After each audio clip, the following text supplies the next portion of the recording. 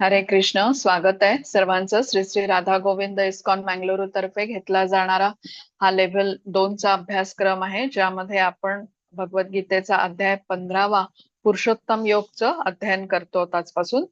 आणि वर्गाची सुरुवात आपण मंगलाचरणने करूया. हरे कृष्ण. ओम अज्ञानतिमिरान्धस्य ज्ञानाञ्जनशलाकया चक्षुरुन्मिलितं येन तस्मै श्रीगुरवे नमः. श्रीचैतन्यमनोभीष्टं स्थापितं येन भूतले स्वयं रूप कदा मह्यं ददाति स्वपदान्तिकम्. हे कृष्ण करुणा सिन्धो दीनबन्धो जगत्पते गोपेश गोपिका कान्त राधाकान्त नमोऽस्तुते. तप्त काञ्चन गौराङ्गी राधे वृन्दावनेश्वरी वृषभानुसुते देवी प्रणमामि हरिप्रिये. नमः. ओम विष्णुपदाय कृष्णप्रेष्ठाय भूतले श्रीमते भक्तिवेदान्त स्वामिन् इति नामिने. नमस्ते सारस्वते देवे गौरवाणी प्रचारिणे निर्विशेष शून्यवादी पाश्चात्य देशतारिणे. जय श्री कृष्ण चैतन्य प्रभु नित्यानंद श्री अद्वैत गदाधर श्रीवासादि गौर भक्त वृंद.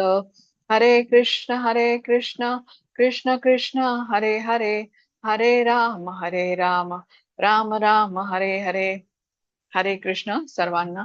सर्वात प्रथम इस्कॉनचे संस्थापक आचार्य कृष्ण कृपामूर्ती भक्तिवेदांत स्वामी श्रीला प्रभुपाद यांना साष्टांग प्रणाम करूया, ज्यांनी एवढ्या साध्या सोप्या भाषेमध्ये आपल्याला भगवद्गीता समजावून सांगितली.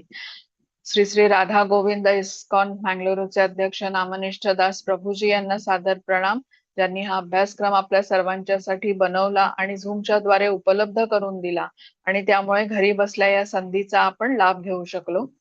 अन्वय माताजींना प्रणाम करते, ज्यांनी मला भगवद्गीता शिकवली, श्लोकांचा सखोल अर्थ समजावून सांगितला. माझ्या कोहोस्ट मिनल माताजी यांना सादर प्रणाम. उपस्थित सर्व भक्तांना सादर प्रणाम आणि सर्वांचं परत एकदा स्वागत. तर आपण आज जो अध्याय शिकतो आहे तो म्हणजे पुरुषोत्तम योग किंवा परमपुरुषाचा योग. आता तुम्हाला आठवत असतील तर 13व्या अध्यायामध्ये बघा, अर्जुनाचे प्रश्न होते. क्षेत्र म्हणजे काय, क्षेत्रज्ञ म्हणजे काय, ज्ञान म्हणजे काय, ज्ञेय म्हणजे काय, मग प्रकृती म्हणजे काय आणि पुरुष म्हणजे काय. तर त्यापैकी पहिले 4 गोष्टी म्हणजे क्षेत्र, क्षेत्रज्ञ, ज्ञान आणि ज्ञेय याबद्दल 13व्या अध्यायात कृष्णांनी ज्ञान दिलं. 14व्या अध्यायामध्ये आपण प्रकृतीचं ज्ञान घेतलं, म्हणजे प्रकृती म्हणजे प्रकृतीचे 3 गुण याबद्दल सविस्तर ज्ञान घेतलं. आणि आता पुरुष याबद्दल म्हणून पुरुषोत्तम योग किंवा परमपुरुषाचा योग असा 15वा अध्याय आहे. तर हा जो अध्याय आहे यामध्ये आपण कृष्णांच्या बद्दल विशेष गोष्टी जाणून घेऊ त्यांच्याकडून. त्यामुळे त्यांच्याबद्दलचं ज्ञान घेऊन आता त्यांच्या प्रती आपलं आकर्षण वाढेल, कृतज्ञता वाढेल. 14व्या अध्यायामध्ये आपण गुणांच्या बद्दल जाणून घेतलेले आहे की प्रकृतीचे 3 गुण, सत्वगुण, रजोगुण आणि तमोगुण. यापैकी जो सत्वगुण असतो तो थोडं सुख प्रदान करतो, पण तरीही निर्मळ आनंद तो नसतो. रजोगुणी मनुष्य क्रियाशील असतो, सतत काही ना काहीतरी करत राहतो लाभ प्राप्त करण्याच्या इच्छेने. आणि तमोगुणी व्यक्ती तर दुःखी असतो, असहाय्य असतो, कारण त्याला ज्ञानच नसल्यामुळे परिस्थितीतून बाहेर कसं पडायचं हा मार्गही त्याला माहिती नसतो. आता हा सारांश होता 14व्या अध्यायाचा. आणि त्या अध्यायामध्ये आपण हा प्रत्येक गुणाबद्दल विस्ताराने समजून घेतलं. आपण या भौतिक जगामध्ये आहोत कारण आपल्याही काही इच्छा आहेत, आणि या इच्छा पूर्ती करण्यासाठीच आपण शरीर घेतो. भगवंत 3 गुणांनी युक्त अशी प्रकृती निर्माण करतात आणि जिथे राहून आपण इच्छापूर्ती करतो. सत्वगुणातील व्यक्ती आपण शिकलो की सुखाने आणि ज्ञानाने बांधलेला असतो. बंधन त्यालाही आहे, जणू त्या सोन्याच्या बेड्या आहेत. म्हणजे बंधन आहे पण सोन्याचं बंधन आहे म्हणूया. आता रजोगुणी आहे, असंख्य इच्छा आणि त्या पूर्ण करण्यासाठी त्याची धडपड असते, त्याने तो बांधला जातो, म्हणजे जणू त्याच्या चांदीच्या बेड्या आहेत. आणि तमोगुणी हा अज्ञानाने बांधला गेलेला आहे, जणू त्याच्या लोखंडाच्या बेड्या आहेत. पण सोन्याच्या असल्या किंवा चांदीच्या असल्या किंवा आता या लोखंडाच्या असल्या, बेड्या आहेतच म्हणजे बंधन आहेच. तर आपल्याला या बंधनाला पार करण्यासाठी सांगितलेलं आहे. प्रकृतीच्या 3 गुणांना पार करून श्रेष्ठ असलेल्या अशा विशुद्ध सत्वगुणापर्यंत आपल्याला प्रगती करायची आहे. आणि हे कसं शक्य होईल यावरची माहिती देणारा जो शेवटचा श्लोक होता कालच्या अध्यायातला, मामचयो अव्यभिचारेण भक्ती योगेन सेवते सगुणान समत्तित्य एतान ब्रह्मभूयाय कल्पते. म्हणजे जो मनुष्य सर्व परिस्थितीत एकनिष्ठ होऊन पूर्णतः भक्तिमय सेवेमध्ये संलग्न होतो, तो तत्काळ त्रिगुणांच्या पलीकडे जाऊन ब्रह्मस्तराप्रत उन्नत होतो, असं कृष्णाने सांगितलं. म्हणजे कृष्णांची अनन्य भक्ती, अव्यभिचारी भक्ती म्हणजे अनन्य भक्ती, हा मार्ग आपल्याला सांगितलेला आहे. 3 गुणांच्या बंधनातून अशी भक्ती आपल्याला मुक्त करवते आणि त्यासाठी इंद्रिय, मन आणि बुद्धी ही कृष्णांबरोबर जोडून घ्यायला हवीत. इंद्रियांनी भगवंतांची सेवा करायला हवी. सेवेमध्ये आपल्याला इंद्रिय जोडून घ्यायला हवीत. मन शांत राहावं म्हणून जप करायला हवा. बुद्धी स्थिर राहावी, दृढ राहावी भगवंतांच्या चरणी, म्हणून भगवद्गीता, श्रीमद भागवतमचं पठण करायला हवं नियमितपणे. तसंच अहंकार योग्य प्रकारे आपला असावा, की मी सेवक आहे, भगवंत स्वामी आहेत, हे आपला अहंकार योग्य ठिकाणी राहावा म्हणून विनम्र राहायला पाहिजे. त्यासाठी भक्तांचा संग ठेवायला पाहिजे आणि असं सातत्याने करत राहिलं तर मग क्रमशः आपली शुद्धी होऊ शकते. आता 15व्या अध्यायाकडे आपण जातोय, जो आजचा अध्याय आहे पुरुषोत्तम योग. तर या अध्यायामध्ये अर्जुनाच्या प्रश्नाच्या अनुसार कृष्णांनी उत्तर दिले. पुरुष म्हणजे कोण? तर परमपुरुष किंवा पुरुषांमधील उत्तम म्हणजेच स्वयं साक्षात भगवान श्रीकृष्ण यांच्याबद्दल हे ज्ञान आहे, म्हणून याला पुरुषोत्तम योग असं म्हटलेलं आहे. भगवंतांच्या बरोबर आपण जोडून घेतल्याने आपल्याला कसं काय लाभ होतो हेही आपल्याला या अध्यायामध्ये समजणार आहे. तर आता पहिल्या श्लोकापासून आपण सुरुवात करूया. हरे कृष्ण मिनल माताजी. हरे कृष्ण. हरे कृष्ण. ओम श्री परमात्मने नमः. अध्याय 15वा पुरुषोत्तम योग, परमपुरुषाचा योग. श्री भगवान उवाच ऊर्ध्वमूलमदशाखम् अश्वत्थं प्राहुरव्ययम् छन्दांसि यस्य पर्णानि यस्तं वेद स वेदवित्. श्री भगवान म्हणाले, असा एक शाश्वत वटवृक्ष आहे, ज्याचे मूळ वर आहे आणि शाखा खाली आहेत आणि पाने वैदिक मंत्र आहेत. जो या वृक्षाला जाणतो तो वेदांना जाणतो. हरे कृष्ण. हरे कृष्ण. आता इथे ना या श्लोकाद्वारे कृष्ण अशा बंधनाबद्दल बोलता आहेत की जे भौतिक जगात आपल्याला गुरफटून टाकते. तर इथे अश्वत्थ वृक्षाची किंवा वटवृक्षाच्या बंधनाची तुलना केली आहे. आता हा अश्वत्थ वृक्ष आपण बघितला असेल, कधी रस्त्याच्या कडेला असतो, तर त्याचा विस्तार कसा खूप मोठा असतो बघा. आणि जसा इथे पण दाखवलेला आहे, आदी नाही अंत नाही असा त्याचा विस्तार असतो. तसंच हे भौतिक जग आहे.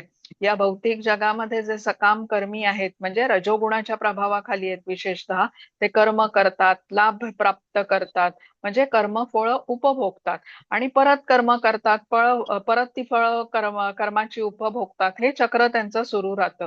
कर्मफळ भोगण्यासाठी अनेक जन्म, अनेक मृत्यू यामध्येच ते अडकून राहतात या चक्रामध्ये. जसं की आता या अश्वत्थ वृक्षाच्या एका शाखेवरून दुसऱ्या शाखेवरती जीव जातो, परत तिथून तिसऱ्या शाखेवरती जातो, असं एका पाठोपाठ एक तो शरीर धारण करत राहिला तरी तो या वृक्षातच अडकलेला असतो. म्हणजे अश्वत्थ वृक्ष म्हणजे भौतिक जग. या भौतिक जगातून त्या जीवाची सुटका होऊ शकत नाही. जसं आता या अश्वत्थ वृक्षाचा अंत नसतो, तसंच जीवांच्या इच्छांचा, कामनांचाही अंत नसतो. त्यामुळे या भौतिक वृक्षरूपी जगामध्येच ते अडकलेले असतात. आता इथे बघा, इथे चित्रामध्ये व्यवस्थितपणे आपल्याला हे दिसून येईल. म्हणजे त्यांच्या मुक्तीची शक्यता नसेल. तुम्ही बघितलं तर इथे अनेक जीव, हा वृक्षाचं वर्णन कसं केलेलं आहे, त्याच्या ऊर्ध्व मूलम आहे, म्हणजे मुळं त्याची वरती आहेत, ही आता दिसतायत ती, आणि इथे त्याच्या सर्वत्र शाखा पसरलेल्या आहेत. आणि कुठे आता या विस्तार कुठून सुरू होतोय, हा वृक्ष कुठे संपतोय, हे आपल्याला काही कळत नाहीये. भौतिक जगामधले सर्व जे जीव आहेत हे इथेच अडकून पडलेले असतात. कधी थोडे वरती ते शरीर ग्रहण करतील, कधी मध्यावरती ग्रहण करतील किंवा कधी नीच योनीमध्ये शरीर ग्रहण करतील. पण या वृक्षामध्येच ते अडकलेले राहतात. इथून या वृक्षातून त्यांच्या मुक्तीची शक्यता असत नाही, हे कृष्ण म्हणतात. ऊर्ध्व मूलम अधः शाखम, म्हणजे असा वृक्ष ज्याची आता मुळं वरती आहेत आणि शाखा खाली आहेत. आता असा वृक्ष प्रत्यक्षात जरी अस्तित्वात नसला तरी एखाद्या जलाशयाच्या काठी आपण वृक्षाचं जलाशयात पडलेलं प्रतिबिंब मात्र हे आपल्याला असं दिसू शकतं. तर या प्रतिबिंबासारखंच हे भौतिक जग आहे, जे आध्यात्मिक जगाची प्रतिकृती आहे असं म्हटलं गेलंय. आध्यात्मिक जगात जे काही आहे ते सर्व भौतिक जगातही असतं, पण भौतिक जगात ते अशुद्ध किंवा विकारयुक्त स्वरूपात असतं. प्रतिबिंब हे असत्यच असतं, म्हणजे ज्या मूळ स्थानाचं ते आहे, ज्या मूळ स्थानापासून ते प्रतिबिंब निर्माण झालंय ते स्थान शाश्वत किंवा सत्य असतं. जसं आपण आता सत्य आहोत, मग आरशात आपलं जे प्रतिबिंब दिसतं आपल्याला, पण ते असत्य आहे, सत्य आपण आहोत. तसंच आहे हे. म्हणून भौतिक जग हे अशाश्वत म्हटलं गेलेलं आहे. शाश्वत अशा आध्यात्मिक धामाचं ते प्रतिबिंब आहे. आता या अश्वत्थ वृक्षाचं मूळ सर्वोच्च अशा ब्रह्मलोकापासून सुरू होतो आणि प्रकृतीचे 3 गुण या वृक्षाचं पोषण करतात आणि या वृक्षाचा विस्तार होत जातो. आता कालच आपण या गुणांबद्दल शिकलेलो आहे, ते कसा प्रभाव टाकतात, कसं मनुष्याला जखडून टाकतात आणि भौतिक जगामधल्या सर्व गोष्टींवर या गुणांचा प्रभाव असतो, हे काल आपण शिकून घेतलंय. तर त्यामुळे प्रकृतीचे 3 गुण ह्याचं पोषण करत असल्यामुळे ह्याचा विस्तार हा सतत वाढत जातो या वृक्षाचा. आणि जीवांच्या अनेक इच्छा आणि कामना असतात, त्यामुळेच जीव या 3 गुणांच्या प्रभावाखाली येतात. आता जशा या इच्छा आणि वासना जीवाच्या कधी संपत नाही, तसंच या वृक्षाची वाढही कधी थांबत नाही आणि याचा विस्तार वाढतच जातो. आणि या वृक्षाच्या पानांची तुलना वैदिक मंत्रांबरोबर केलेली आहे. आता वेदांमधला एक भाग आहे कर्मकांड. कर्मकांडामध्ये सांगितलेली चांगली कर्म मनुष्याने केली तर त्याला पुण्यफळ प्राप्त होतं आणि हे पुण्यफळ भोगण्यासाठी मृत्यूच्या नंतर त्याला उच्च ग्रहांची प्राप्ती होऊ शकते. उच्च ग्रहात जाऊन कर्माचा फळ तो उपभोगतो आणि पुण्य संपलं, त्याचा पुण्य संचय संपला भोगून फळ, की मग तो परत भूलोकावरती येतो. म्हणजे पृथ्वी ते उच्च ग्रह आणि परत उच्च ग्रह ते पृथ्वी, हे अशी त्याची वाटचाल सुरू राहते त्या जीवाची. म्हणजे तो भौतिकातच अडकून राहतो, भौतिकातून त्याची सुटका होतच नाही. जशी आता ही झाडाची पानं असतात, त्या वृक्षासाठी कसं अन्न तयार करतात, पानांचं काम असतं तसं, आणि त्यामुळे झाडाची वाढ होते. तसंच कर्मकांडाने आपण अधिकाधिक या भौतिक जगामध्ये अडकत असतो, म्हणजे गुरफटत जातो आणि याहून बाहेर पडणं, या वृक्षातून बाहेर पडणं कठीण होत जातं. आता हे भौतिक जग म्हणजे पृथ्वी आणि त्यावरचे 7 ग्रह, ज्याला उच्च लोक असं म्हणतो आपण, आणि पृथ्वीच्या खालचे 6 ग्रह, हे सर्व भौतिक जग म्हटलं गेलेलं आहे. भौतिक जग म्हणजे इथे जन्म मृत्यू आहे आणि या भौतिक जगाला पार केल्यानंतर जे आध्यात्मिक जग आहे, जिथे भगवंत वास करतात, अशा आध्यात्मिक जगामध्ये प्रवेश केल्यानंतर जन्म मृत्यूच्या चक्रातून आपली कायमची सुटका होऊ शकते. तर या भौतिक जगातून आध्यात्मिक जगात प्रवेश घेण्यासाठी जी अवस्था आपल्याला पार करावी लागते ती म्हणजे गुणातीत अवस्था प्राप्त करावी लागते. 3 गुणांना पार करावं लागतं भौतिकाच्या बंधनातून मुक्त होण्यासाठी. आता पुढे बघू आपण. हरे कृष्ण. हरे कृष्ण. अधश्चोध्वं प्रसुतास्तस्य शाखा गुण प्रवृद्धा विषय प्रवालः अधश्च मूलान्यनुसंततानि कर्मानुबंधीनि मनुष्य लोके. या वृक्षांच्या त्रिगुणांनी पोषण केलेल्या शाखा खाली आणि वर पसरलेल्या आहेत. याच्या डहाळ्या म्हणजे इंद्रिय विषय आहेत. या वृक्षाची मुळे खालीही पसरलेली आहेत आणि ती मानव समाजाच्या सकाम कर्माशी बांधली गेली आहेत. हरे कृष्ण. हरे कृष्ण. आता या वृक्षाच्या विस्ताराचं वर्णन इथे सांगितलंय, आपण जाणून घेतलं 3 गुण याचं पोषण करतात, त्यामुळे सतत या वृक्षाचा विस्तार वाढतच राहतो, कधीच थांबत नाही या वृक्षाची वाढ. आता वृक्षाची जी फळं असतात, आता एखादा वृक्ष वाढला की कसं तो फळ धारण करतो, तसंच या वृक्षाची फळं म्हणजे अर्थ, धर्म, काम आणि मोक्ष असं म्हटलेलं आहे. तसंच डहाळ्यांना इंद्रिय विषय मानण्यात आलेलं आहे. कुठले इंद्रिय विषय? शब्द, रूप, रस, स्पर्श स्पर्श आणि गंध. आता इंद्रियांच्या द्वारे इंद्रिय विषयांचा उपभोग घेतला जातो, ज्याचा परिणाम म्हणजे आपल्याला दुःख प्राप्त होतो. आणि जी इंद्रिय उपभोगाची जी फळं मानली जातात, आता हे इंद्रिय उपभोग करून काहीतरी जी फळं म्हणजे परिणाम होतो, तो म्हणजे राग आणि द्वेष. आता ही जी उपफळं आहेत ना इंद्रिय भोगाची, ती जणू पापकर्माची सर्व मूळ आहेत असं समजायला पाहिजे.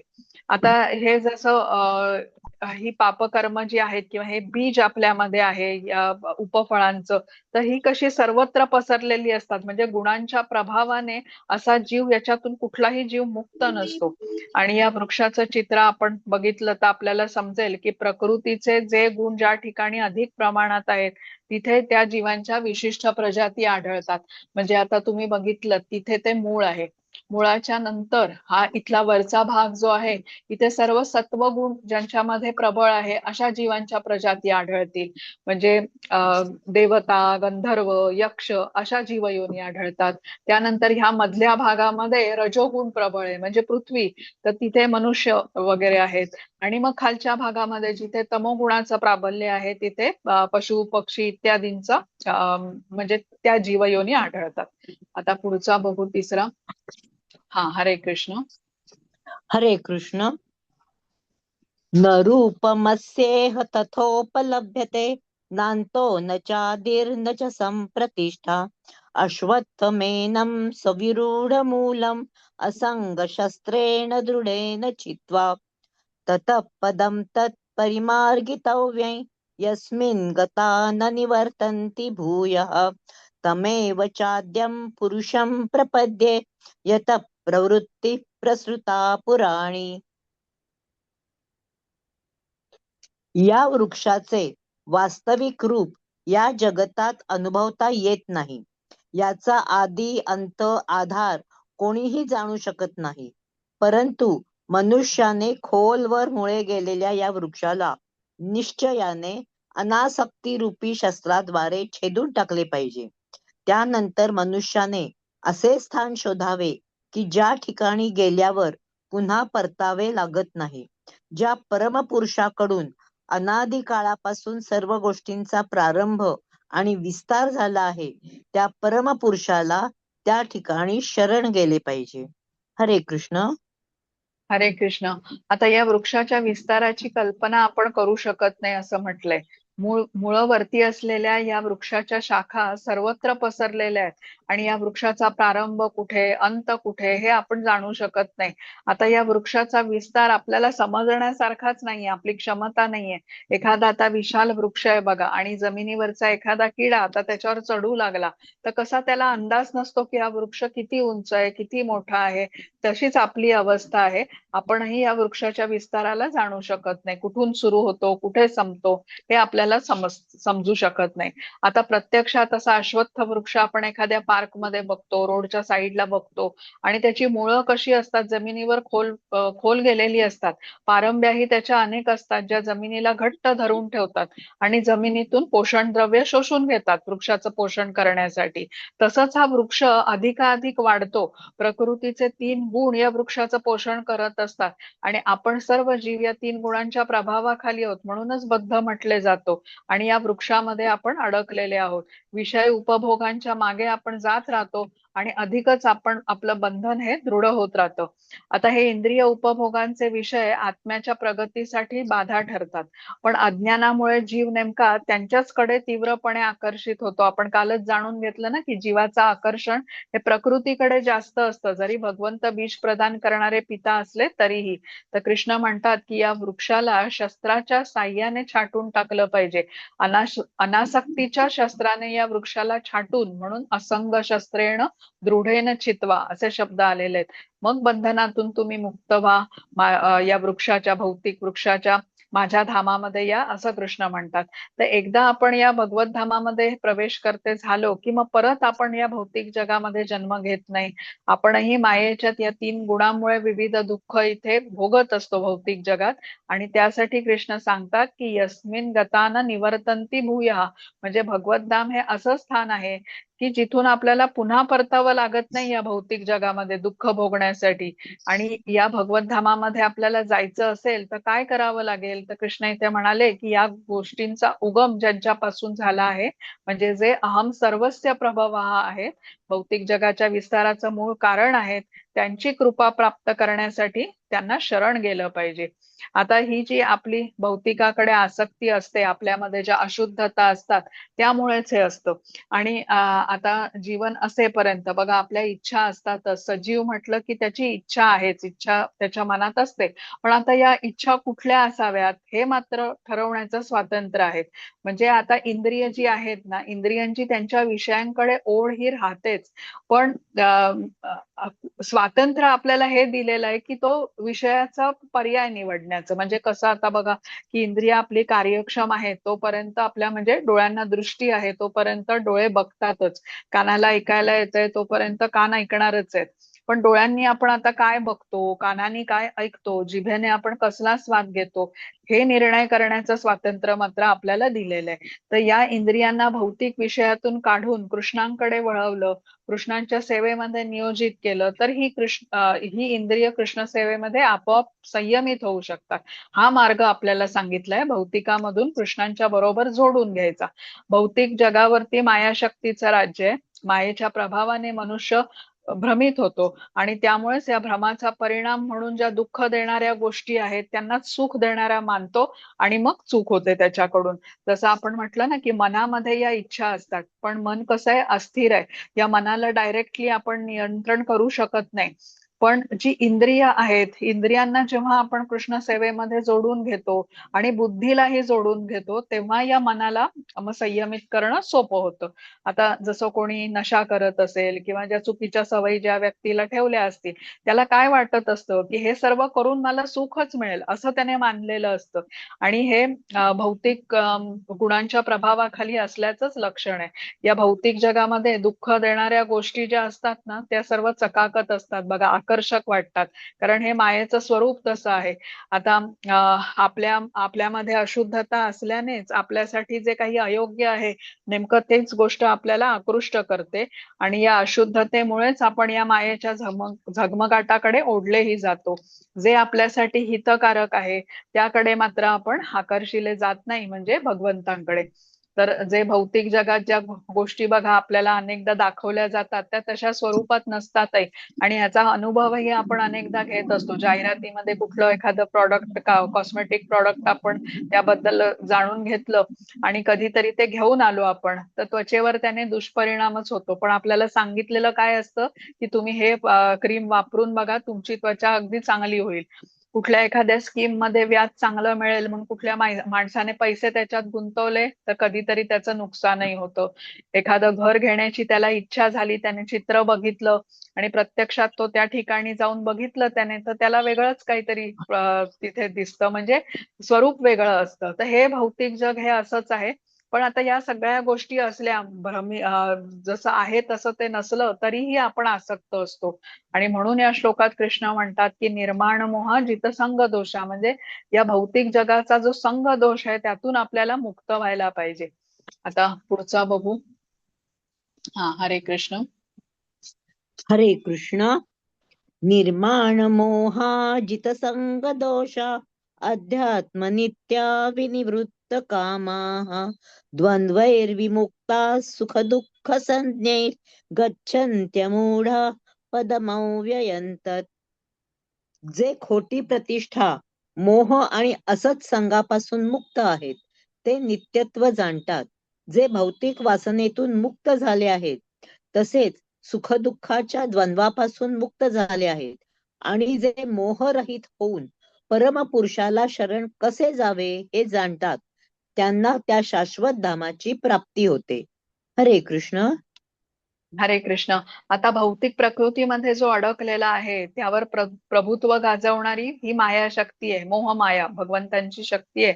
आणि माया म्हणजेच भ्रम. भौतिक जगातल्या प्रत्येक जीवाला ती भ्रमित करते आणि तिच्या प्रभावानेच हा भ्रमित जीव आता मिथ्या अहंकाराने इथे वागतो. स्वतःला शरीर मानतो, स्वतःलाच सर्व कर्मांचा कर्ता मानून भोग करायला लागतो, स्वतःला स्वामी मानल्याने भोग भोग सर्व म्हणजे लाभ भोगण्याची इच्छा ठेवतो आणि हे सर्व करताना तो विसरून जातो की मी इथे काही काळापुरताच आहे. या मिथ्या अहंकाराच्या आहारी जाऊन स्वतःला स्वामी मानून सर्व भोगांमध्ये तो लिप्त होतो आणि बंधन आपलं हे अधिकच दृढ करत जातो. आणि हे सर्व भोगताना त्याला प्रकृतीचे जे खरे स्वामी आहेत भगवंत, त्यांचा पूर्ण विसर पडतो त्याला आणि त्यामुळे या बंधनातून बाहेर पडण्याचा मार्गही तो हरवून बसतो. तर हे जग कसं म्हटलेलं आहे, भौतिक जग हे दलदली सारखं आहे. या भौतिक जगात अडकलेल्या जीवाचं हे स्वरूपच असं आहे की या इंद्रिय भोगाला तो सुख मानतोय, ते खरं तर त्याच्यासाठी घट्ट बेड्या आहेत बंधनाच्या, ज्यातून सुटकेचा मार्ग देणारे भगवंत त्यांनाही तो विसरलाय. त्यामुळे त्याच्या बंधनातून मुक्त होण्याच्या ज्या सर्व आशा आहेत ना, जणू त्या लयास गेलेल्या आहेत. या वृक्षाचा आदी नाही, मध्य नाही, अंत नाही आणि या वृक्षाच्या एका शाखेवरून दुसऱ्या शाखेवरती असाच तो फिरत राहणार आहे. म्हणजे वेगवेगळी शरीर धारण करणार आहे आणि सदैव जन्म मृत्यूच्या चक्रामध्येच अडकून पडणार आहे. पण जो आता या अश्वत्थ वृक्षरूपी भौतिक जगाच्या बंधनाला छाटून टाकू शकतो, तो मात्र भौतिक प्रकृतीच्या मोहजालातून मुक्त होऊ शकतो. भौतिक प्रकृतीमधील द्वंद्व आता त्याला मग या स्थितीमध्ये विचलित करत नाही. सुख दुःख, हानी लाभ, मान अपमान यामध्ये तो सम राहू शकतो. कारण प्रकृतीचे स्वामी परम पुरुषोत्तम साक्षात भगवान श्रीकृष्ण यांना तो शरण गेलेला असतो. तर इथे तात्पर्यामध्ये श्रीला प्रभुपा समजावून सांगतात की मिथ्या अहंकाराने उन्मत्त असा स्थिती असते जीवाची, ज्या वेळेला तो या भौतिक जगामध्ये असतो. काय करतो ते योग्य अयोग्य न समजण्याची ही स्थिती आहे. उन्मत्त व्यक्ती कसा असतो किंवा जो उन्माद या परिस्थितीत असतो त्याला हे योग्य अयोग्य समजत नाही, कसंही मनाला येईल तसं तो वागत असतो. त्यामुळे आपलं हित कशात आहे हे न समजून उलट सर्व बंधनाच्या कृतीमध्येच मनुष्य गुरफटत जातो आणि अशा प्रकारे माया त्या जीवाला भ्रमिष्ट करत असते, बंधनात टाकत असते. आता पुढचा बघू आपण. हा, हरे हरे कृष्ण. कृष्ण. न तद्भासयते सूर्यो न शशांको न पावकः यद्गत्वा न निवर्तन्ते तद्धाम परमं मम. त्या माझ्या परमधामाला सूर्य, चंद्र तसेच अग्नी किंवा वीज प्रकाशित करीत नाही. जे त्या धामाला पोहोचतात ते पुन्हा या भौतिक जगतात परत येत नाहीत. हरे कृष्ण. हरे कृष्ण. आता भौतिक जगाचं वर्णन आधीच्या काही श्लोकांमध्ये कृष्णांनी सांगितलं, भौतिक जगाचं स्वरूप सांगितलं. आता त्यांचं भगवत धाम कसं आहे, ते या भौतिक जगापासून कसं वेगळं आहे, कसं श्रेष्ठ आहे, हे इथे सांगितलेलं आहे. आता कृष्णांचं धाम म्हणजे जे गोलोक धाम आहे किंवा गोलोक वृंदावन असंही म्हणतात आणि वैकुंठ धाम, हे कसं म्हटलंय, स्वयंप्रकाशित आहे.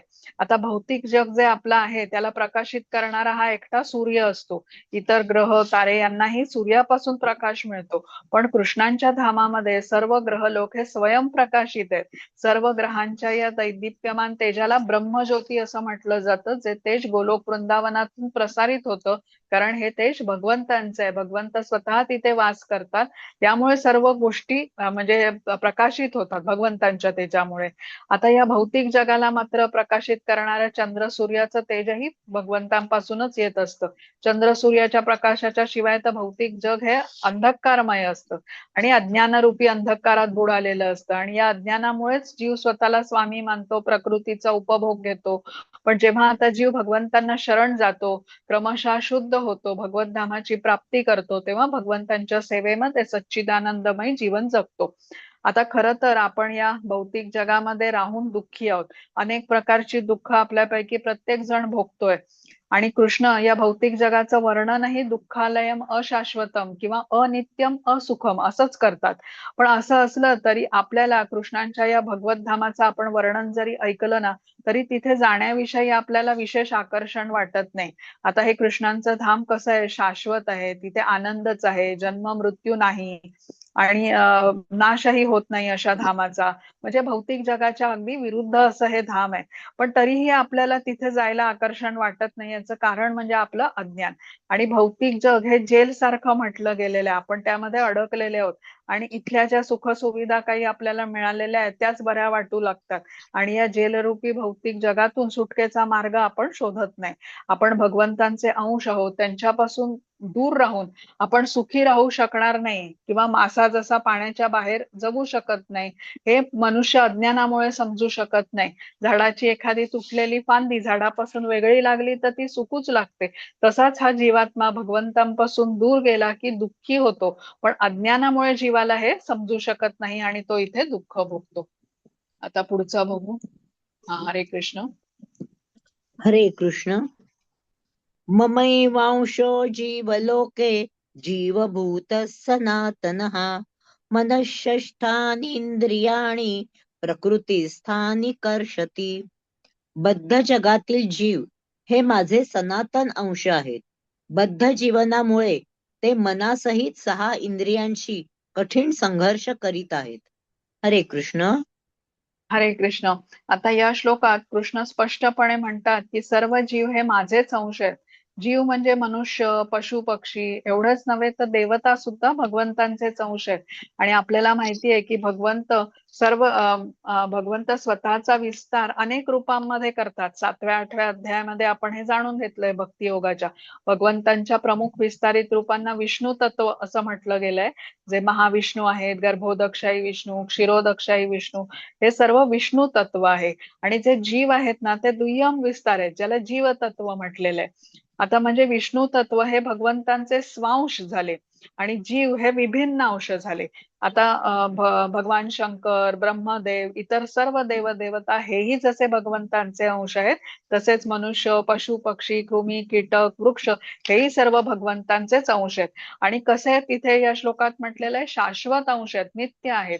आणि दुसरी महत्वाची गोष्ट या श्लोकात सांगितली की हे सर्व जीव संघर्ष करत आहेत, म्हणून कर्षती हा शब्द आलेला आहे. आता भौतिक जगात जीव हा बद्ध अवस्थेत आहे. प्रकृतीच्या 3 गुणांनी तो बद्ध आहे, त्यामुळे अज्ञानाच्या प्रभावाखाली मिथ्या अहंकाराने तो बांधला गेलेला आहे. आता मिथ्या अहंकारामुळे तो स्वतःला मी करता आणि मी भोगता असा विचार करतो. आणि जीवाचं जे मूळ स्वरूप आहे की कृष्ण स्वामी आहेत, मी त्यांचा सेवक आहे, या ज्ञानावर भौतिक मायेचं आच्छादन असल्याने जीव या भौतिक जगात कृष्णांच्या विस्मरणात राहून मायेचा दास बनून राहतो, इंद्रिय तृप्तीमध्ये लिप्त होतो आणि ते करताना भगवंतांच्या पासून अधिकच दूर जातो. जेवढा आता जीव कृष्णांपासून दूर तेवढा अधिक त्याचा संघर्ष आणि तेवढंच अधिक त्याचं दुःख. तर भगवंत कसे आहेत, पूर्ण स्वराट आहेत, पूर्णपणे स्वतंत्र आहेत. ते कुठल्याही बाह्य गोष्टीवर त्यांना अवलंबून राहण्याची आवश्यकता नाही. पण आपण जीव हे भगवंतांचे अंश आहोत, त्यामुळे भगवंतांचे गुण आपल्यामध्येही असतात. गुणात्मक दृष्ट्या आपण म्हणतो ना आपला आत्मा हा भगवंतांच्या सारखा असतो, तर त्यामुळे जीवाकडे पण स्वातंत्र्य असतं, पण ते कसं आहे, आंशिक स्वरूपात असतं. आता या आंशिक स्वातंत्र्याचा उपयोग जेव्हा आपण स्वतःच्या भोगासाठी करतो तेव्हा आपण या भौतिक जगात बद्ध होतो. आणि याच स्वातंत्र्याचा उपयोग करून जेव्हा आपण भगवंतांची भक्ती करतो तेव्हा आपण मुक्त होत जातो. आता जो बद्ध आहे तो दुःखी आहे आणि संघर्षही करतोय, पण जो स्वातंत्र्याचा योग्य वापर करून भक्ती सेवेमध्ये संलग्न होतो तो क्रमशः भौतिक बंधनातून मुक्त होत जातो. आणि जे त्याचं मूळ स्थान आहे, जीवाचं मूळ स्थान आहे भगवत धाम, तिथे जाऊन तो पोहोचू शकतो. तर म्हणजे जेव्हा तिथे पोहोचतो तेव्हा त्याचा हा संघर्ष अर्थातच संपतो. संघर्ष हा भौतिक जगात आहे, कारण इथे तो मायाशक्तीच्या प्रभावाखाली आहे, त्रिगुणांच्या प्रभावाखाली अनेक दुःख भोगतो आहे आणि आपले जे मूळ पिता आहेत त्यांच्यापासून तो दूर आहे, म्हणून संघर्ष आहे. तर जेव्हा जीव आध्यात्मिक जगाची प्राप्ती करतो तेव्हा तो भौतिक मायाशक्तीच्या प्रभावातून मुक्त होऊन भगवंतांच्या सेवेत पूर्णपणे जोडून घेतो. त्यामुळे सच्चिदानंद स्वरूप प्राप्त करतो, परमानंदाची अनुभूती करतो भगवंतांच्या सान्निध्यामध्ये. आणि पण कृष्णांच्या शिवाय भौतिक भोग करण्याची, प्रकृतीवर स्वामित्व गाजवण्याची ही जी वृत्ती आहे ना ती मनुष्याच्या बंधनाला कारणीभूत ठरत असते. तर जेव्हा आपण प्रत्येक गोष्ट कृष्णांना केंद्रस्थानी ठेवून करू लागतो, जसं की आता आपण अन्न रोजच खातो, पण कृष्णांना अर्पण करून प्रसाद म्हणून अन्न जेव्हा ग्रहण करतो ते कार्य आपल्याला बंधनातून मुक्त करत असतं. आता पुढे बघू. हरे कृष्ण. हरे कृष्ण.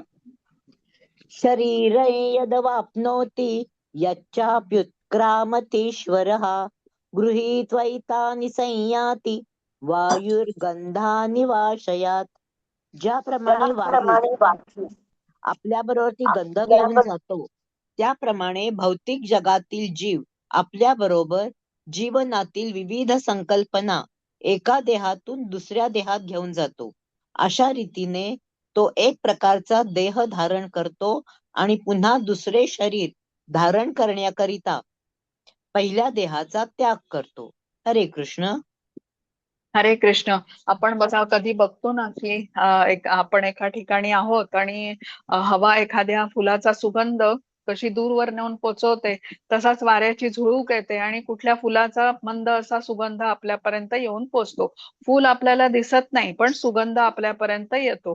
किंवा कधी आपण प्रवास करत असू ट्रेन मधून आणि जंगलाच्या रस्त्याने ट्रेन जात असेल, कुठला प्राणी तिथे मृत असेल तर त्याचा दुर्गंधही आपल्याला येऊन पोचतो. म्हणजे दुर्गंध आणि सुगंध हे कसं दोन्ही हवेमुळे येतात. हवा ही माध्यम झाली विविध गंधांचं. तसंच आपलं हे सूक्ष्म शरीर आहे, मन बुद्धी आणि अहंकार यापासून तयार झालेलं, जे विविध वासना असतात आणि इच्छांचं हे माध्यम आहे. तर मृत्यूनंतर स्थूल शरीराचा नाश होतो, जे बाह्य शरीर आपलं आहे त्याचा नाश होतो. पण सूक्ष्म शरीरात जिथे या इच्छा वासना आहेत त्याप्रमाणे आता पुढचं शरीर या जीवाला प्राप्त होतं. आता बघा प्रत्येक जीवाला म्हणजे आत्म्याला आंशिक स्वातंत्र्य भगवंतांनी दिलंय. त्याचा उपयोग करून जीव इच्छा करतो, त्यानुसार तो कर्म करतो आणि पुढे कुठल्या शरीरात त्याचं देहांतर होणार हे निश्चित करत असतो. जीवनात ज्या ज्या प्रकारे त्याने कर्म केली असतील तसाच भाव त्याचा मृत्यू समयी राहतो आणि त्याप्रमाणे त्याला पुढचं शरीरही प्राप्त होतं. तर जो चांगली कर्म करेल तर त्याला उच्च ग्रह लोकांची प्राप्ती होईल.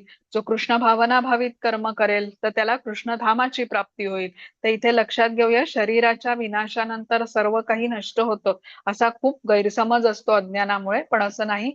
शरीरात स्थित आत्मा या देहात, एकच मिनिट.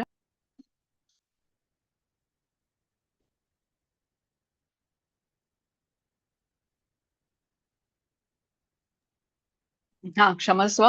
तर शरीरात स्थित आत्मा या देहातून दुसऱ्या देहात देहांतर करतो आणि त्याचं वर्तमान शरीर आणि जी वर्तमान कर्म म्हणजे आज जो ती काही कर्म करत असेल ती पुढच्या शरीराची पार्श्वभूमी असते. म्हणजे केवळ स्थूल शरीराचा बाह्य शरीराचा नाश होतो, पण सूक्ष्म शरीर जे मन बुद्धी अहंकार यांनी बनलेलं आहे ते पुढील शरीराची संकल्पना सोबत घेऊन जातो.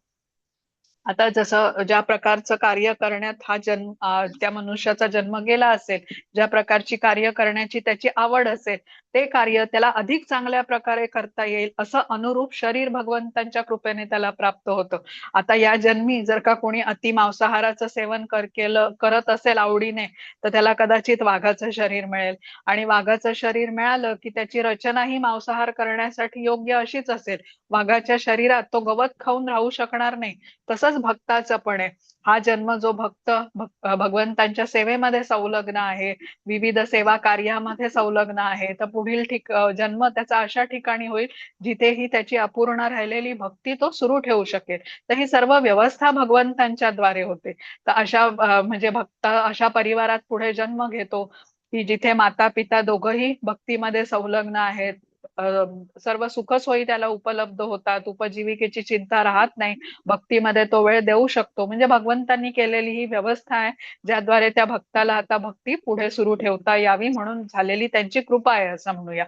तर जशी कर्म असतील तसंच शरीर पुढचं मिळतं. आपण बघतो ना माणसांना प्रत्येकाचं आपलं शरीर हे वेगवेगळं आहे. कोणी उत्तम खेळाडू असतो, बलवान सामर्थ्यशील असा दिसतो आपल्याला, कोणी अत्यंत कृश दुर्बळ शरीराचा असतो, कोणाचं शरीर हे सुंदर असतं, कोणी तेवढंच दिसायला सुंदर नसतं, कोणी निरोगी असतं तर कोणी लहानपणापासूनच व्याधीने ग्रस्त असतं. तर हे सर्व कर्माचं फळ आहे, प्रारब्ध आहे म्हणूया. आधी केलेल्या कर्मावरून प्रारब्ध ठरत असतं आणि आता त्याचा आपण केवळ फळ भोगत असतो. वर्तमानात मात्र जी काही कर्म करू ती भविष्यात त्याचा परिणाम आपल्याला भोगावा लागतो. म्हणून कृष्ण भावनेमध्ये आत्ता जोडून घेण्याचं खूप महत्व आहे. जी कर्म आपण आधीच केलेली आहेत त्यांचा परिणाम आता आपल्या हातात नाही बदलणं, पण आज आत्ता आपण कृष्णांच्या बरोबर जोडून घेतलं तर पुढचं भविष्यामध्ये मात्र नक्की परिणाम वेगळे होऊ शकतात. आता 9वा बघू. हरे कृष्ण. हरे कृष्ण. श्रोत्रै चक्षुस्पर्शनै च रसनं घ्राणमेव च अधिष्ठाय मनश्चायं विषयानुपसेवते. अशा प्रकारे जीव दुसरे स्थूल शरीर धारण करून मनाशी केंद्रित झालेली कान, नेत्र, जिव्हा, नाक आणि स्पर्श इत्यादी विशिष्ट प्रकारची इंद्रिये प्राप्त करतो. अशा रीतीने तो एका विशिष्ट प्रकारचा इंद्रिय विषय समूहाचा उपभोग घेतो. हरे कृष्ण. हरे कृष्ण. बघा, जशा इच्छा असतील मनुष्याचा तसं शरीर प्राप्त होणार आणि इच्छा पूर्ण करण्यासाठी तशीच इंद्रिय असतात. तर हे आपल्याला इथे सांगितलेलं आहे. मूळ आत्मा मूलतः हा शुद्धच असतो. प्रकृतीच्या प्रभावामुळे अशुद्धता त्याच्यामध्ये येतात. जसं आता श्रीला प्रभुपाद या श्लोकाच्या तात्पर्यामध्ये पाण्याचं उदाहरण देतात, की मूलतः पाण्याला रंग नसतो, पण कुठला रंग त्याच्यामध्ये मिसळला की कसं पाणी रंगीत होतं. तसंच हा आत्मा या अशुद्धतामुळे विकारयुक्त होतो. आणि अशा या अशुद्धतामुळे मनोवृत्ती त्याची दूषित होते. सूक्ष्म शरीर जे आहे ना, त्याच्यात प्रकृतीच्या 3 गुणांचा प्रभाव पडतो आपण म्हटलं.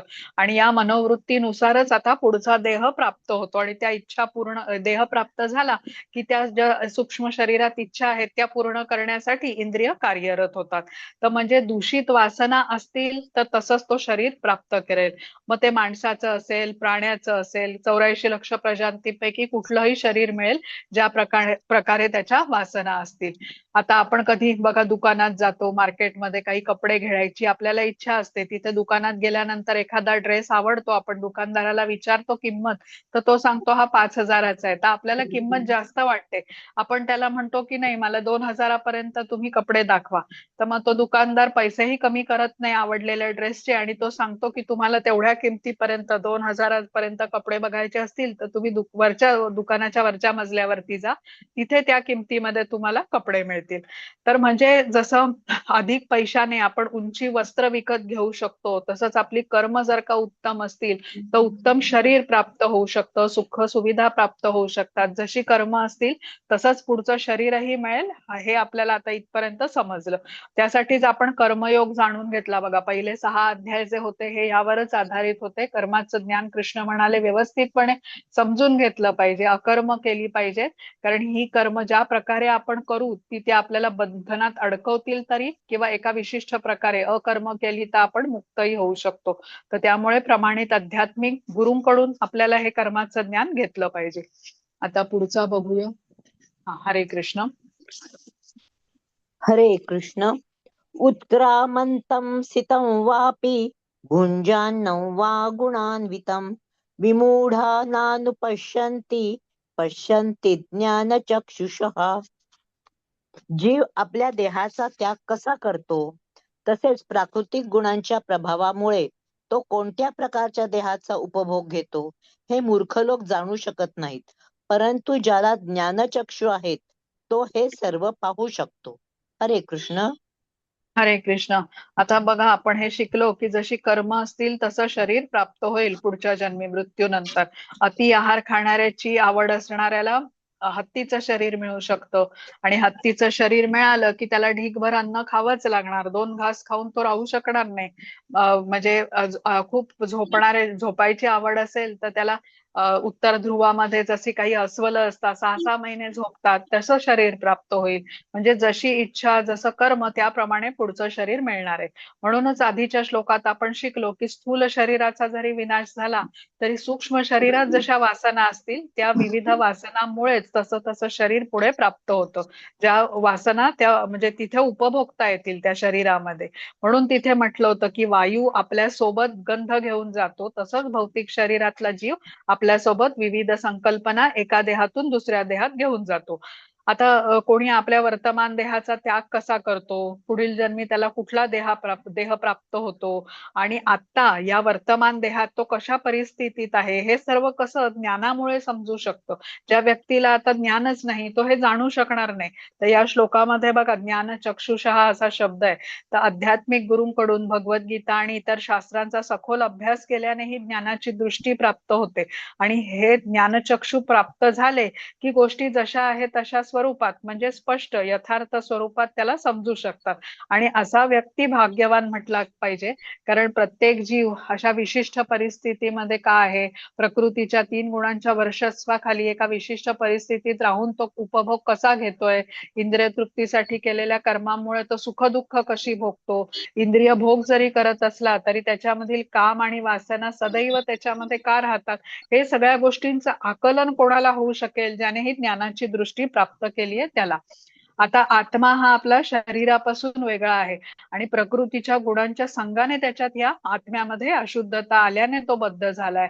मग भौतिक जगात तो विविध सुख दुःख भोगतो आहे. आता हे सर्व हे ज्ञानी जाणू शकतो, कारण त्याने आता ज्ञान घेतलंय.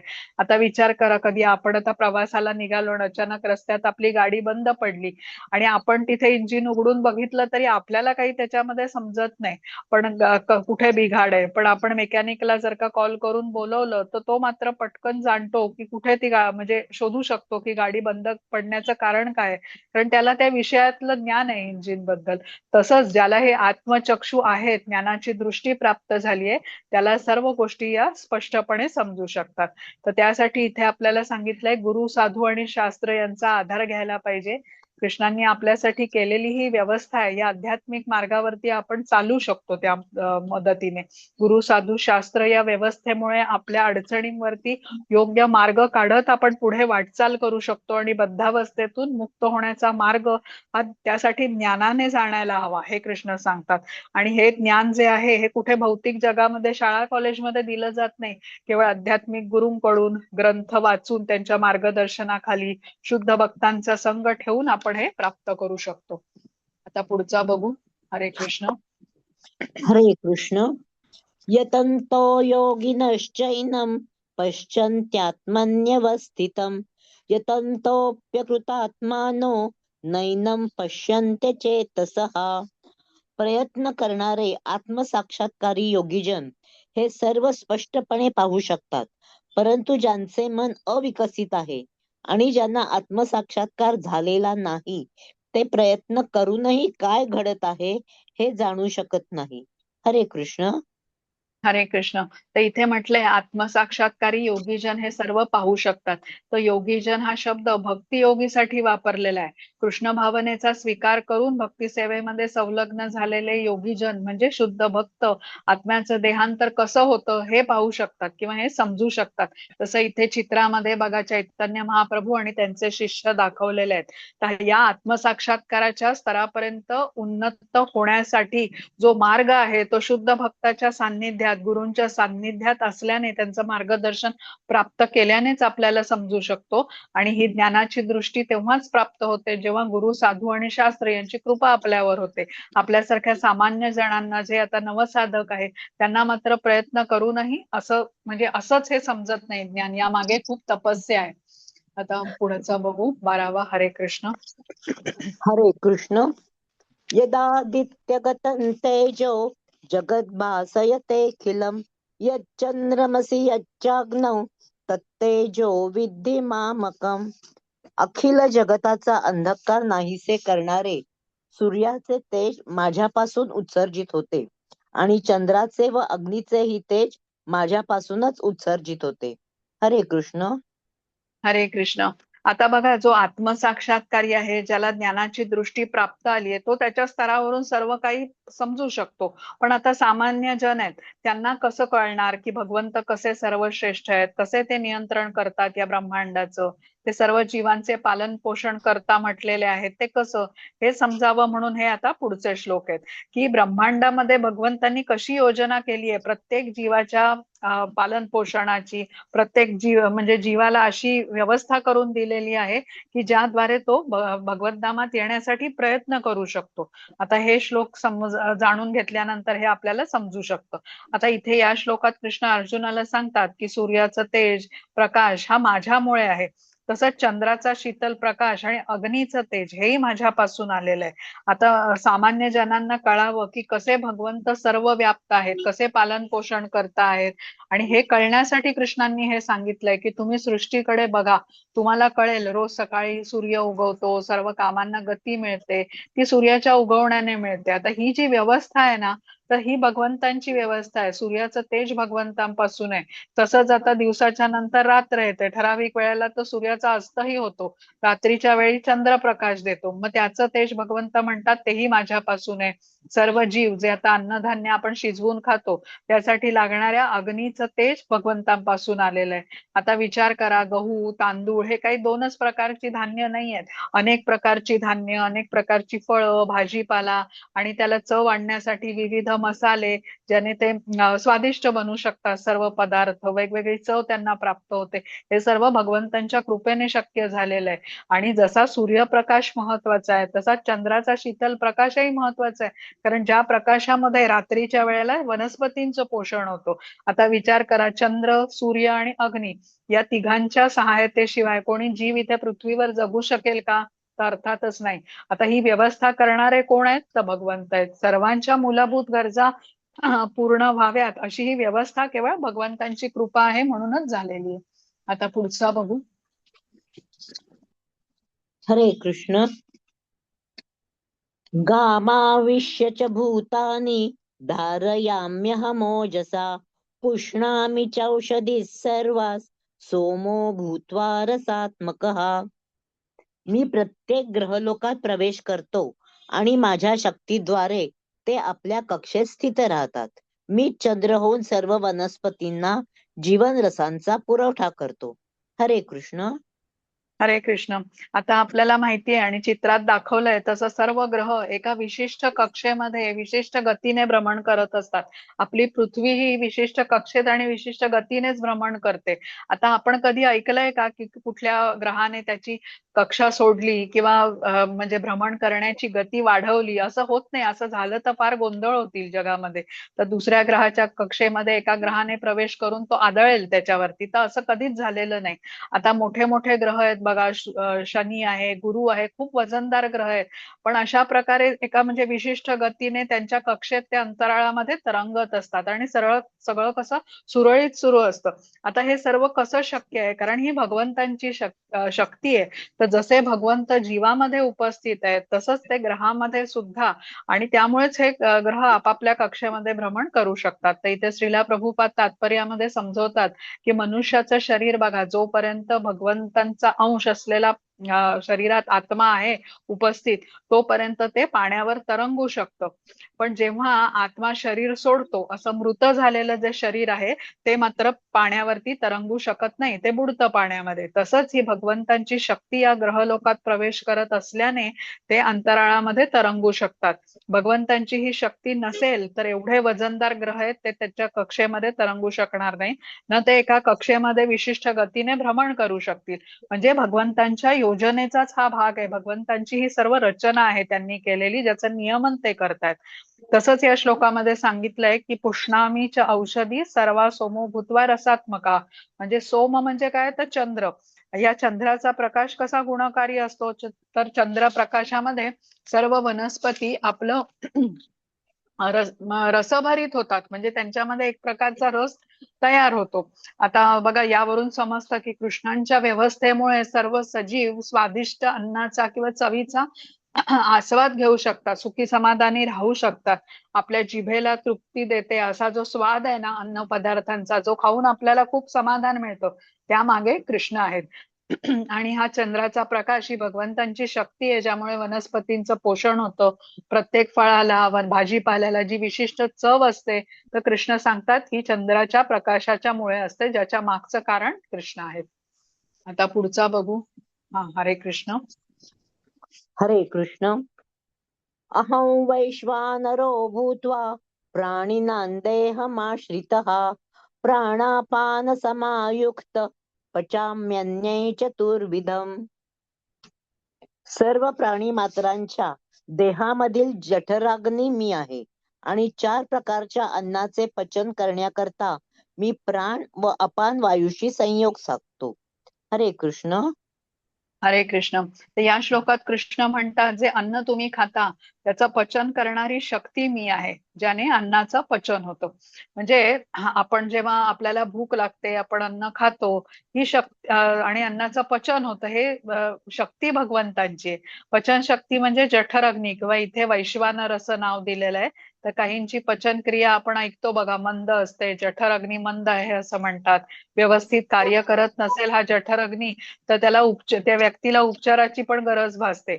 आणि जठर अग्नी व्यवस्थित काम करत नसेल तर त्या व्यक्तीला भूक पण नीट लागत नाही. म्हणजे कृष्णांची ही शक्ती, ही जी जठर अग्नी आहे, त्यामुळेच आपण विविध प्रकारचे अन्न पचवू शकतो. आणि ही शक्ती नसेलच तर आपण अन्न खाणारच नाही, भूकही आपल्याला लागणार नाही.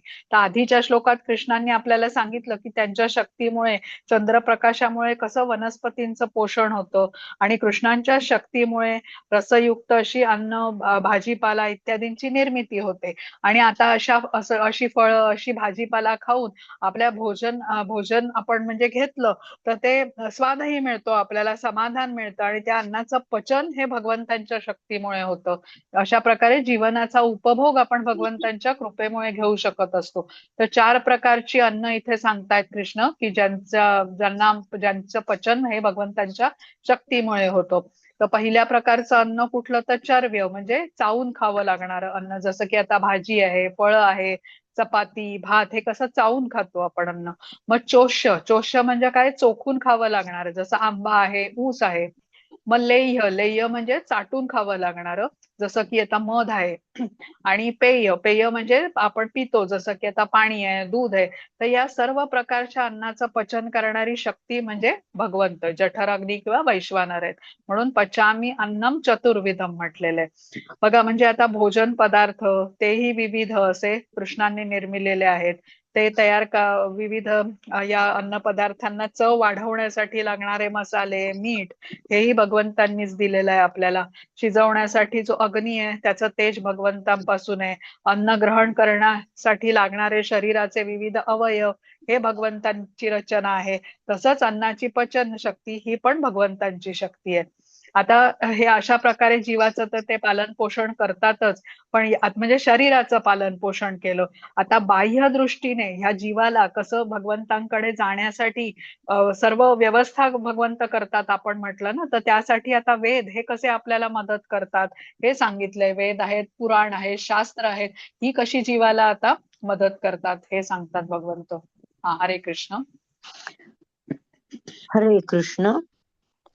सर्वस्य चाहं हृदि सन्निविष्टो मत्तस्मृतिज्ञानमपोहनैः च वेदैश्च सर्वैरहमेव वेद्यो वेदान्तकृद्वेदविदेव चाहम्.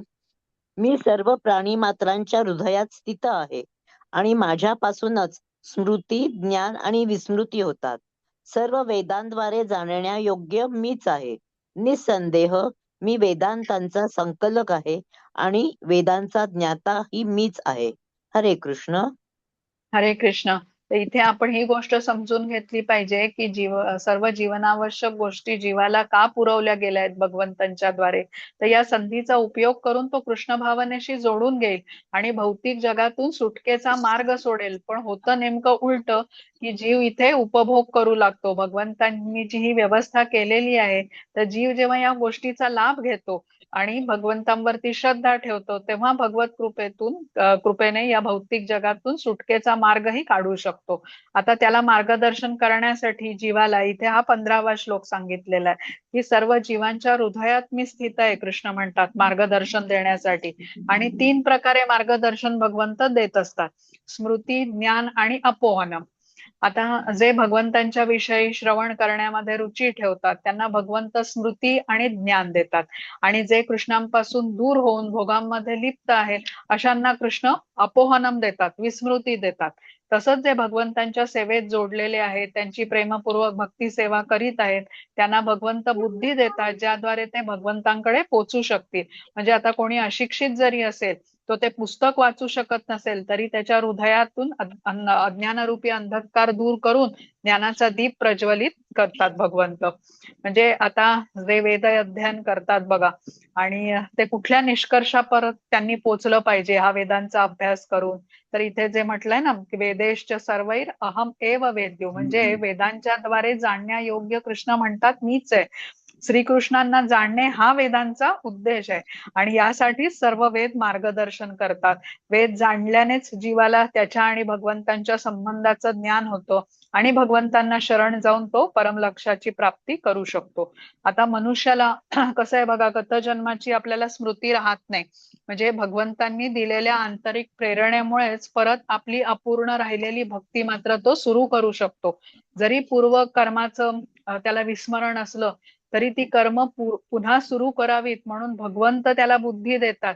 कुठल्या भक्ताशी भेट घडवतात, गुरूंची भेट घडवून आणवतात, याद्वारे सहायता करतात त्या भक्ताला. आपण म्हणतो ना, सगळी योजना ही भगवंतांची आहे, नियमन ते सर्व करत असतात. आता वेदांचं अंतिम ध्येय हे कृष्णच आहेत हे समजून घेतल्यानंतर आता पुढील श्लोक जे वेदांत, वेदांत म्हणजे वेदांनी जाणून घेण्याचं सार काय आहे, ज्याद्वारे तो व्यक्ती आता समजू शकतो की कृष्ण हे सर्वश्रेष्ठ आहेत, साक्षात परम पुरुषोत्तम भगवान श्री भगवान आहेत, त्याबद्दलचे आहेत. तर ते आता आपण जाणून घेऊया. 16वा. हरे कृष्ण. हरे कृष्ण. द्वाविमौ पुरुषौ लोके क्षरश्चाक्षर एव च क्षरः सर्वाणि भूतानि कूटस्थोऽक्षर उच्यते. च्युत म्हणजे क्षर आणि अच्युत अक्षर असे जीवांचे दोन वर्ग आहेत. भौतिक जगतात सर्व जीव च्युत असतात आणि आध्यात्मिक जगतातील प्रत्येक जीवाला अच्युत म्हटले जाते. हरे कृष्ण. हरे कृष्ण. आता आपण 10व्या अध्यायामध्ये चतुर्श्लोकी गीता बघितली होती. 4 श्लोक होते जे भगवद्गीतेचं सार सांगतात. तसंच इथे आता ही त्रिश्लोकी गीता आहे. 16वा, 17वा आणि 18वा याला त्रिश्लोकी गीता म्हटलेलं आहे. तर वेदांचं ज्ञान घेऊन मनुष्याला 3 गोष्टी समजतात. पहिला म्हणजे संबंध समजतो, अभिध्येय समजतं आणि प्रयोजन समजतं. संबंध म्हणजे काय, तर जीवांचा भगवंतांकडे काय नातं आहे, काय संबंध आहे हे समजून येतं. अभिध्येय म्हणजे काय, की कुठल्या प्रकारे भगवंतांना आपल्याला जाणता येऊ शकतं, कुठली क्रिया आपण करू शकतो, कुठल्या कृतीच्या द्वारे भगवंतांना आपल्याला जाणता येतं आणि हे सगळं करण्यामागचं प्रयोजन काय आहे, भगवंतांना जाणण्यामागचं कारण काय, हे समजून येतं. आता या त्रिश्लोकी गीतेमधल्या 3 श्लोकांमध्ये वेदांचं प्रयोजन, वेदांचं ज्ञान आणि वेदांनी जाणून घेण्याचं ध्येय हे सांगितलेलं आहे. वेद जाणल्याने जीवाला त्याचा भगवंतांशी असणाऱ्या संबंधाचं ज्ञान होतं. विविध मार्गांचा अवलंब करून तो भगवंतांना शरण जाऊ शकतो आणि अंततः परमलक्ष्याची भगवंतांची प्राप्ती करू शकतो. तर या त्रिश्लोकी गीतेमध्ये प्रथम कृष्ण क्षर आणि अक्षर अशा 2 प्रकारच्या मनुष्यांचे वर्ग सांगतात. त्यानंतर मग पुढच्या श्लोकामध्ये या 2 प्रकारच्या मनुष्यांच्या वर्गाव्यतिरिक्त परमपुरुषाबद्दल बोलतात, जो कसा आहे, अव्ययी आहे, ज्याचा कधी नाश होत नाही. आणि क्षर आणि अक्षर या दोन्ही जीवांच्या पेक्षा तो दिव्य आहे आणि श्रेष्ठ आहे असंही सांगतात. म्हणजे परमपुरुषाचं श्रेष्ठत्व तिथे स्थापित करतात. श्रीकृष्ण हेच पुरुषोत्तम श्री भगवान आहेत हे यावरून समजतं आणि ज्याला कृष्णांचं परमश्रेष्ठ स्वरूप समजतं, जाणतो जो, तो त्यांना शरण जाऊन त्यांची भक्तिमय सेवा करू लागतो. बद्ध जीव आणि मुक्त जीव याहूनही श्रेष्ठ श्रीकृष्ण आहेत म्हणून त्यांना पुरुषोत्तम असं म्हटलं गेलेलं आहे. आता या श्लोकामध्ये कृष्ण 2 प्रकारच्या जीवांबद्दल उल्लेख करतात. क्षर म्हणजे जे च्युत जीव आहेत, जे पतित होतात, आणि ज्यांचं पतन होऊ शकत नाही ते म्हणजे अक्षर किंवा अच्युत जीव, जे मुक्त आत्मा आहेत. आता जीव हे भगवंतांचे सनातन विभिन्न अंश आहेत हे आपण आधी 7व्या श्लोकातून समजून घेतलं आणि ते जेव्हा भौतिक प्रकृतीच्या संपर्कात असतात तेव्हा ते पतनाधीन असतात म्हणून त्यांना च्युत जीव म्हटलं जातं किंवा क्षर जीव म्हटलं जातं. परंतु जे जीव आता प्रकृतीच्या बंधनातून मुक्त होतात, भगवंतांशी जोडून घेतात, ते जीव अच्युत होतात, अक्षर होतात आणि असे जीव हे आध्यात्मिक जगामध्ये आहेत. तिथे तेही भगवंतांच्या सारखं गुणात्मक दृष्ट्या सच्चिदानंद देहाची प्राप्ती करतात म्हणून त्यांना अक्षर म्हटलं जातं. अक्षर म्हणजे काय, ज्याचा नाश होत नाही, जो शाश्वत आहे. पण जे च्युत जीव आहेत, पतनाधीन आहेत, त्यांचं शरीर हे भौतिक स्वरूपाचं आहे, ते नश्वर असतं. कर्म व इच्छांमुळे ते सतत देहांतर करत असतात म्हणूनच त्यांना बद्ध जीव म्हटलं जातं. आणि भौतिक शरीरात आत्मा आहे तोपर्यंत शरीरात ही स्थित्यंतर होतच राहतात. जन्म, वृद्धी, स्थिती, प्रजनन, क्षय आणि विनाश हे बदल हे भौतिक शरीरात होतात. भौतिक जगातच जन्म मृत्यू असतो. भौतिक जग म्हणजे ब्रह्मलोकापासून पृथ्वीचे जे खालचे लोक आहेत ते सर्व जन्म मृत्यूच्या अधीन आहेत आणि म्हणून त्यांना क्षर किंवा च्युत जीव म्हटलं जातं. पण गोलोक, वृंदावन, वैकुंठ धाम या आध्यात्मिक जगतामधले जीव हे मुक्त असतात. जन्म मृत्यू रहित असतात आणि त्यांना अक्षर किंवा अच्युत जीव असं म्हटलं गेलेलं आहे. तर पुढचा बघू. हरे कृष्ण. उत्तम पुरुषस्त्वन्य परमात्मेत्युदाहृतः यो लोकत्रयमाविश्य बिभर्त्यव्यय ईश्वरः. या दोहों व्यतिरिक्त एक परमपुरुष परमात्मा आहेत, जे स्वतः अव्ययी भगवंत आहेत आणि ते स्त्रीलोकांमध्ये प्रवेश करून त्यांचे पालन पोषण करीत असतात. हरे कृष्ण. हरे कृष्ण. आता कृष्ण कसे आहेत तर ते या बद्ध जीव म्हणजे च्युत जीव आणि अच्युत जीव म्हणजे मुक्त जीव या सर्वांच्याहून श्रेष्ठ आहेत, पुरुषोत्तम आहेत. उत्तम हा पुरुष हा तू अन्य असं म्हटलंय बघा. बद्ध जीव आणि मुक्त जीव या दोन्ही मध्ये चेतन म्हणजे जी गोष्ट आहे परमात्मा म्हणून भगवंत उपस्थित असतात आणि त्यांना त्यांच्या कर्मानुसार भोग प्राप्त करण्याची सुविधा देतात, त्यांचं पालन पोषणही करतात. तसंच परमात्मा इति उदाहृत म्हणजे काय, तेच पुरुषोत्तम भगवान प्रत्येक जीवाच्या हृदयात परमात्मा रूपाने स्थित आहेत. आणि इथे तात्पर्यात श्रीला प्रभुपाद सांगतात की जो बुद्धिमान मनुष्य ज्ञान घेऊन भगवंतांच्या बद्दल जाणू शकतो तोच परिपूर्ण शांती प्राप्त करू शकतो, तो परमानंद प्राप्त करतो. भगवंतांना पुरुषोत्तम भगवान श्रीकृष्ण यांना जाणणं हेच मनुष्य जीवनाचं परम ध्येय आहे. याहून श्रेष्ठ असं कुठलंही ध्येय नाही. आता त्याच्या पुढचा बघू. हरे कृष्ण. हरे कृष्ण. यस्मात् यस्माक्षरमतीतोऽहम् अक्षरादपि चोत्तमः अतोऽस्मि लोके वेदे च प्रथितः पुरुषोत्तमः.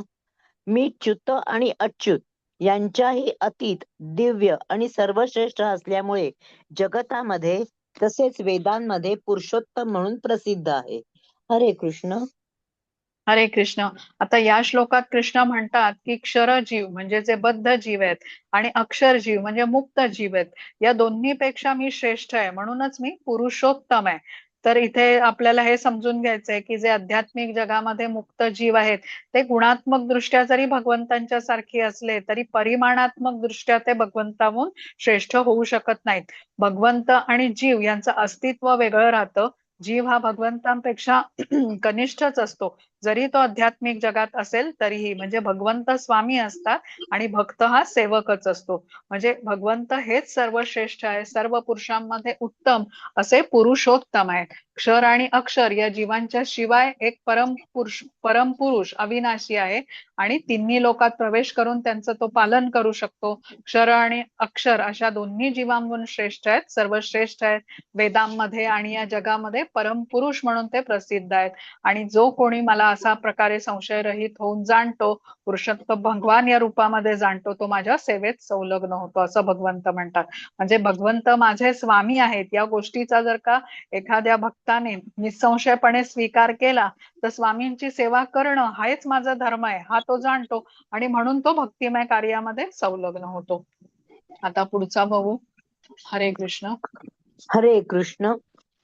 यो मामेवमसम्मूढो जानाति पुरुषोत्तमं स सर्वविद् भजति मां सर्वभावेन भारत. जो मला संशयरहित होऊन पुरुषोत्तम भगवान म्हणून जाणतो तो सर्वज्ञ होय. म्हणून हे भारता, तो माझ्या भक्तीमध्ये पूर्णपणे संलग्न होतो. हरे कृष्ण. हरे कृष्ण.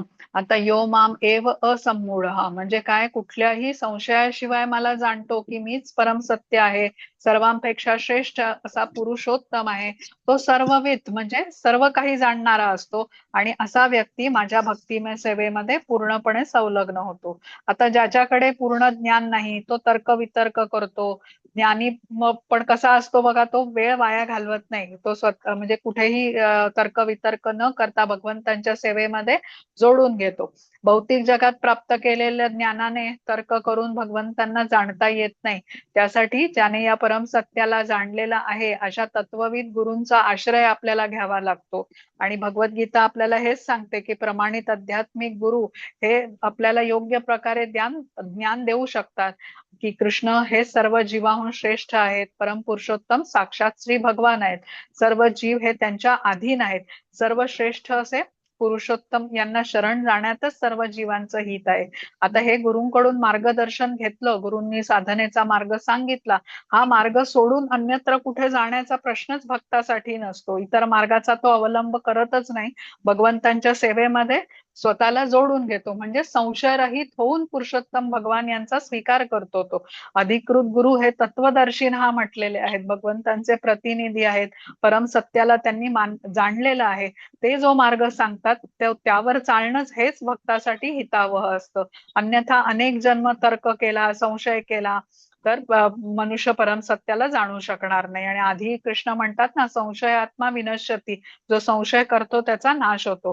म्हणजे भगवंतांना शरण जाणं, गुरूंचा स्वीकार करून त्यांनी सांगितलेला मार्ग पकडून वाटचाल करणं, हेच बद्ध जीवासाठी प्रगतीचा मार्ग सांगितलेला आहे.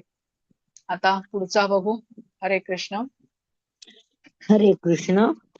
इति गुह्यतमं शास्त्रम् इदम् उक्तं मया नघ एतद् बुद्ध्वा बुद्धिमान् स्यात् कृतकृत्यश्च भारत. हे निष्पाप अर्जुना, हा वैदिक शास्त्रांचा परम गुह्य गाभा आहे आणि तो आता मी तुला प्रकट केला आहे. जो कोणी हे जाणेल तो बुद्धिमान होतो आणि त्याच्या प्रयत्नांद्वारे सिद्ध होतो. हरे कृष्ण. हरे कृष्ण. तर इथे वैदिक शास्त्रांचा गुह्य गाभा म्हणजे गुप्त ज्ञान असं भगवंतांनी सांगितलं, की दोन प्रकारचे जीव, क्षरजीव म्हणजे जे च्युत जीव आहेत आणि अक्षर किंवा अच्युत जीव, हे दोन्हीही माझ्यावर अधीन आहेत. आणि त्यासाठी आता सर्वांनी शुद्ध बुद्धिमान होण्यासाठी कृष्ण भावनेचा स्वीकार करून भक्तिमय सेवेत जोडून घेतलं पाहिजे. एखादा मनुष्य, आता म्हटलंय ना, जसं सामान्य माणसाच्या गणनेमध्ये बुद्धिमान असला, ज्याला आपण भौतिक जगात बुद्धिमान म्हणतो, तरी जोपर्यंत तो कृष्ण भावनेशी जोडून घेत नाही तोपर्यंत खऱ्या अर्थाने बुद्धिमान होऊ शकत नाही. त्यामुळे संशयरहित होऊन भगवंतांना शरण जाण्यातच आपलं सर्व बद्ध जीवांचं हित आहे. भगवंताहून श्रेष्ठ असं कोणीच नाही, म्हणूनच ते पुरुषोत्तम आहेत आणि त्यांच्या बरोबर जोडून घेणं म्हणजेच पुरुषोत्तम योग होतो. हेच या 15व्या अध्यायाचं महत्व आहे. आता या मार्गाची सुरुवात आपण कुठून करतो, तर श्रद्धेपासून करतो. भगवंत सर्वश्रेष्ठ आहेत, सर्व गोष्टींचे ते स्वामी आहेत, या सत्याचा स्वीकार निसंशयपणे केल्याने भक्त त्यांची सेवा करतो. पण ज्याचा या सत्यावर विश्वास नसतो, तो भगवंतांची सेवा न करता स्वतःच्या शरीराची सेवा म्हणजे इंद्रिय तृप्ती करतो आणि ते करताना या अश्वत्थ वृक्षरूपी जगामध्ये गुरफटून जातो. एका फांदीवरून दुसऱ्या फांदीवर म्हणजे एका पाठोपाठ एक शरीर धारण करतो, जन्म घेत राहतो आणि असहाय्य स्थितीमध्ये अडकून पडतो. पण केवळ भगवंतांच्या बरोबर जोडून घेतल्यानेच त्याच्या सुटकेसाठी पहिलं पाऊल तो उचलतो आणि क्रमशः या मार्गामध्ये गुरुच्या कृपेने टिकून राहू शकला, साधनेचा मार्ग अवलंबून, तर भौतिक जगातून आपली सुटका करूनही घेऊ शकतो.